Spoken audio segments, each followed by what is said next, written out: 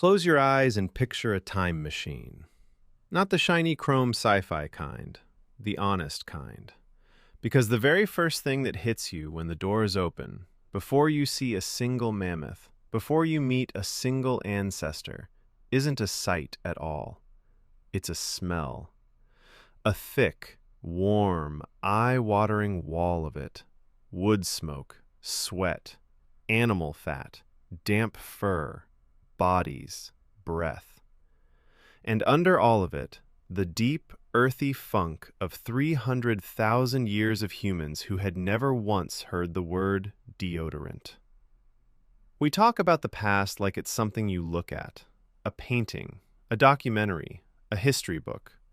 But the people who actually lived it didn't see the past. They lived inside it, and it had a smell, a powerful, constant, completely inescapable smell.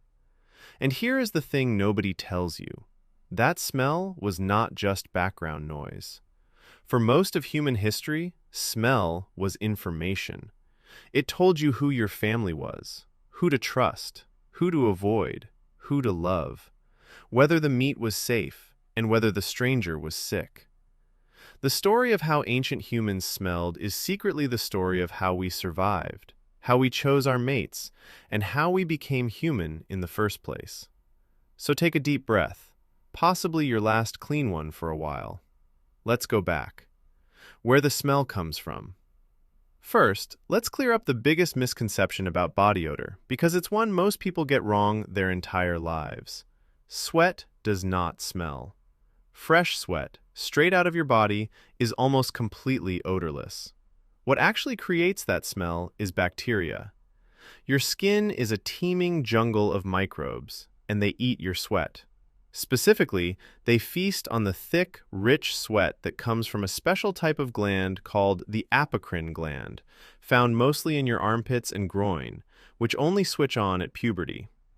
The bacteria break that sweat down into pungent compounds with names like thioalcohols, the same family of smells you find in onions and old cheese.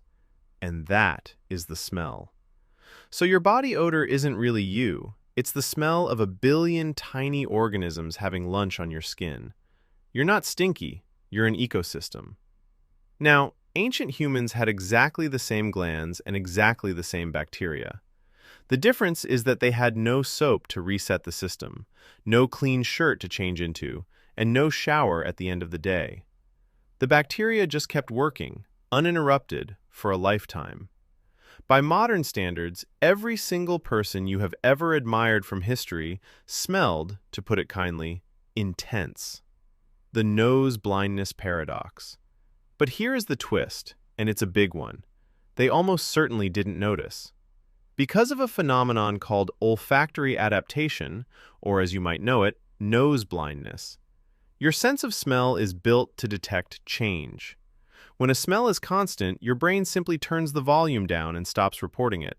It's why you can't smell your own home, but a visitor can the second they walk in.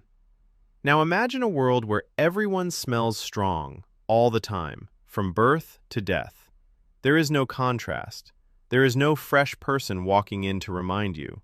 The smell of unwashed humanity wasn't gross to them. It was just the smell of other people. It was the smell of normal. You would have smelled it for about 10 minutes, and then your brain would have quietly given up and moved on.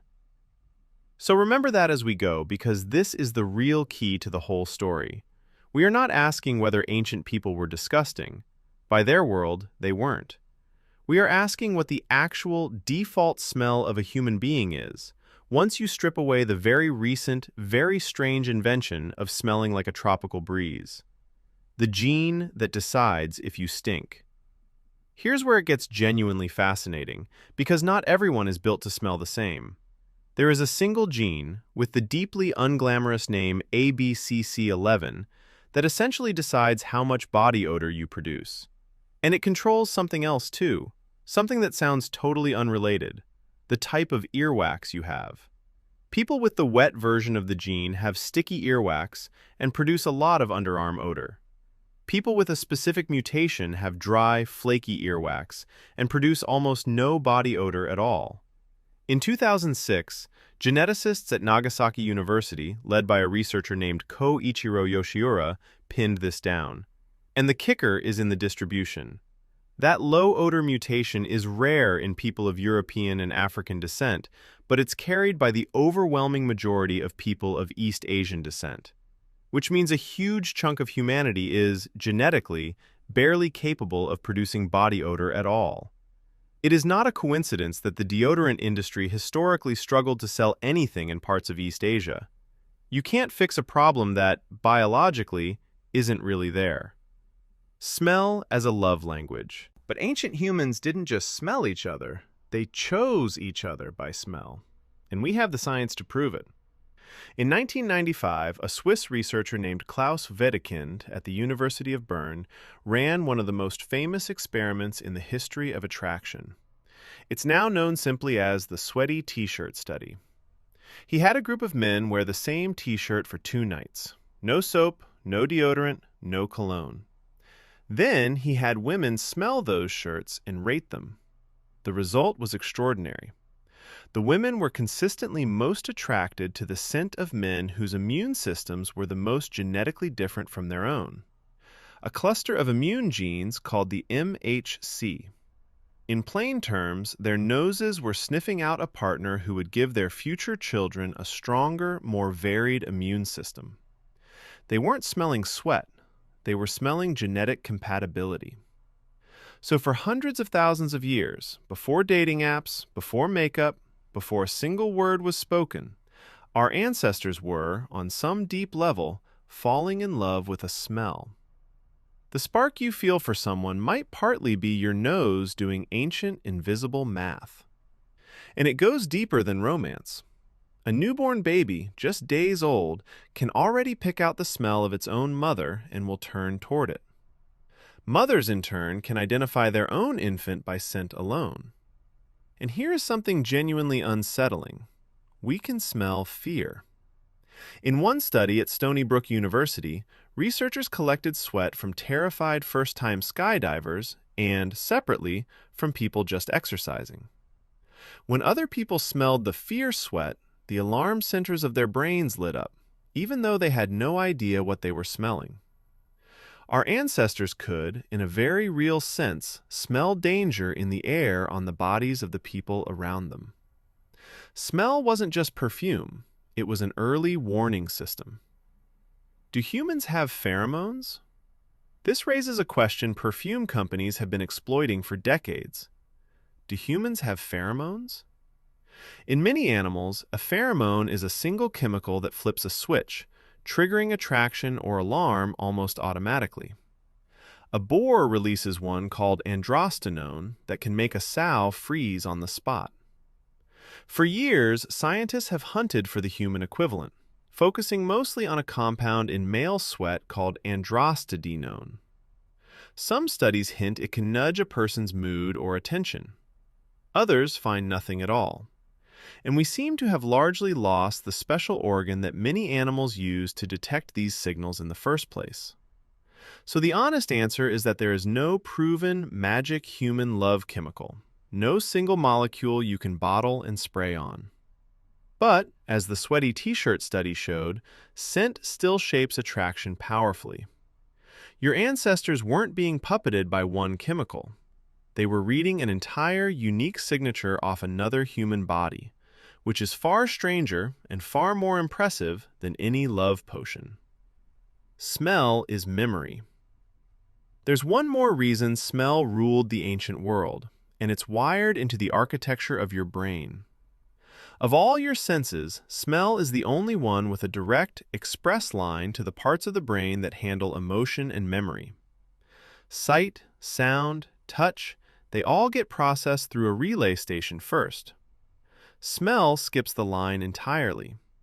That's why a single whiff of a particular food, or a perfume, or rain on hot stone can drag you instantly back to a moment from childhood you hadn't thought about in 20 years, with an emotional force no photograph can match. For ancient humans, this meant the world wasn't just a place. It was a living map of feeling. The smell of a certain cave meant safety. The smell of a certain plant meant food. The The smell of a particular person meant home. Their entire emotional world was painted in scent, far more vividly than ours is today. The signature scent of the ancient world. So, beyond the people themselves, what did the ancient world actually smell of? The number one answer, the defining cologne of the entire human story, is smoke. Wood smoke. For hundreds of thousands of years, humans lived beside fire, day and night. It was in their hair, their skin, their furs, everything they owned. To be human was to smell of smoke. It's so deep in us that the smell of a campfire still feels strangely comforting and homey to people who have never lived near one. Layered on top of that was the smell of animal hide and leather, often still slightly rotten, the smell of whatever they'd eaten cooking on the fire, the deep musk of bodies, and breath that frankly doesn't bear thinking about. Although here's a surprising twist about that breath. Ancient hunter-gatherers, before farming, often had remarkably healthy teeth, far fewer cavities than the humans who came after them. Why? Because they weren't eating sugar and soft, starchy bread. It was farming, the great revolution that built civilization, that flooded our diets with carbs and quietly rotted our teeth.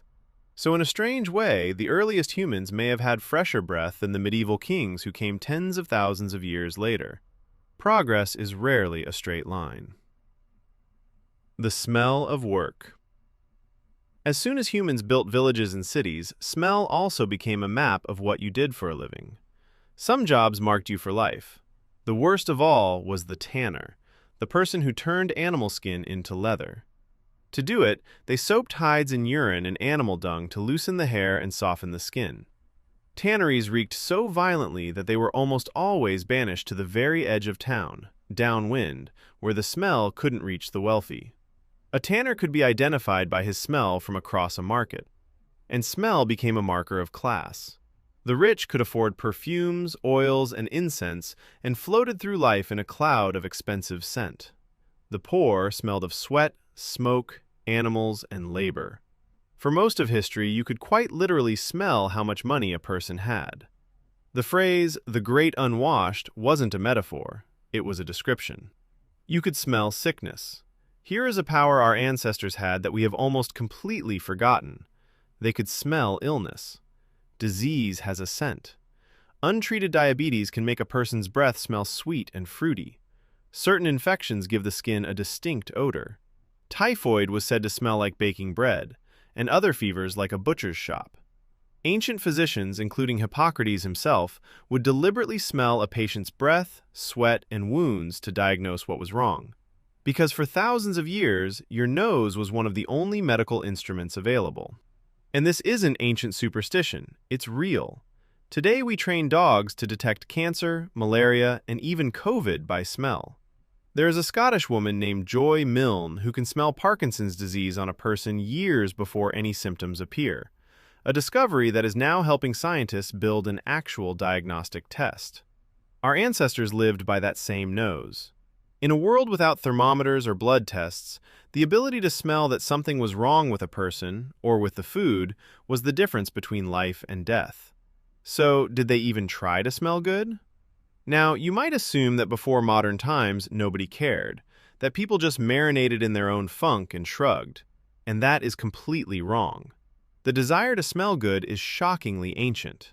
The ancient Romans were obsessive about it.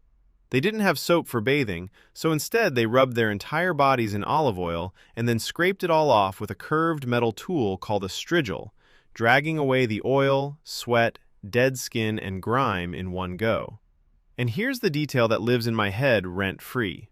The scraped-off sludge from famous gladiators, a mix of their sweat, oil, and skin, was collected, bottled, and sold to wealthy Roman women as a luxury beauty product and aphrodisiac. People paid real money for celebrity sweat paste. We have, somehow, not changed at all. The Egyptians were perfume fanatics. They burned incense to please the gods, used a natural salt called natron to clean and deodorize, and were so famous for their fragrances that Cleopatra reportedly drenched the very sails of her ship in perfume, so that her arrival was announced by scent on the wind.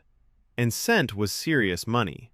Frankincense and myrrh, fragrant tree resins burned across the ancient world, were at times worth their weight in gold, carried thousands of miles along trade routes built entirely for smell.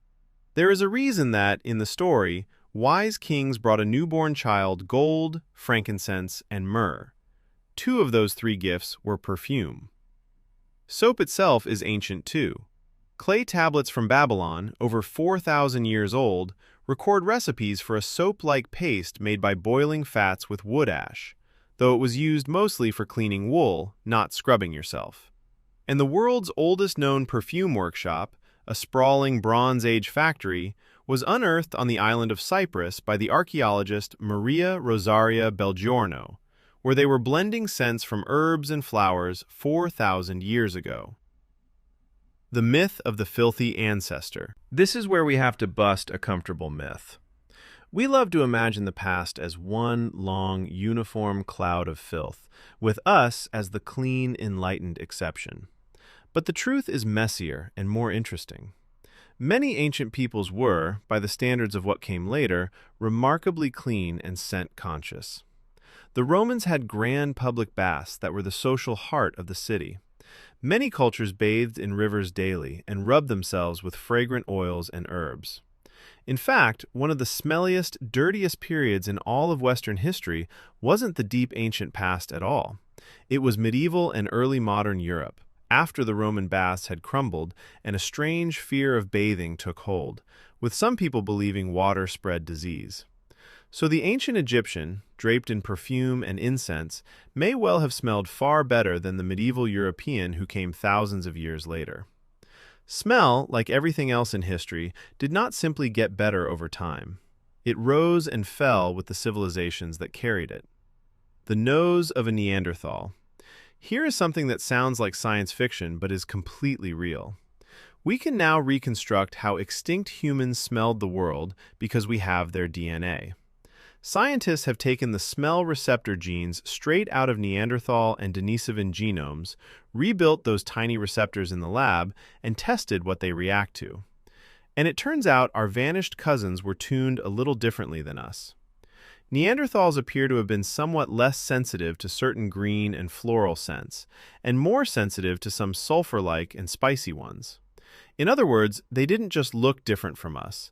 They literally smelled a slightly different world, their noses shaped by hundreds of thousands of years in landscapes no living person will ever walk. Scent is so fundamental to being human that it's written right there in the genome, waiting tens of thousands of years for someone to finally read it back. How humans lost our nose. Here is something that might wound your pride a little. Compared to most of the animal kingdom, humans are nasal weaklings.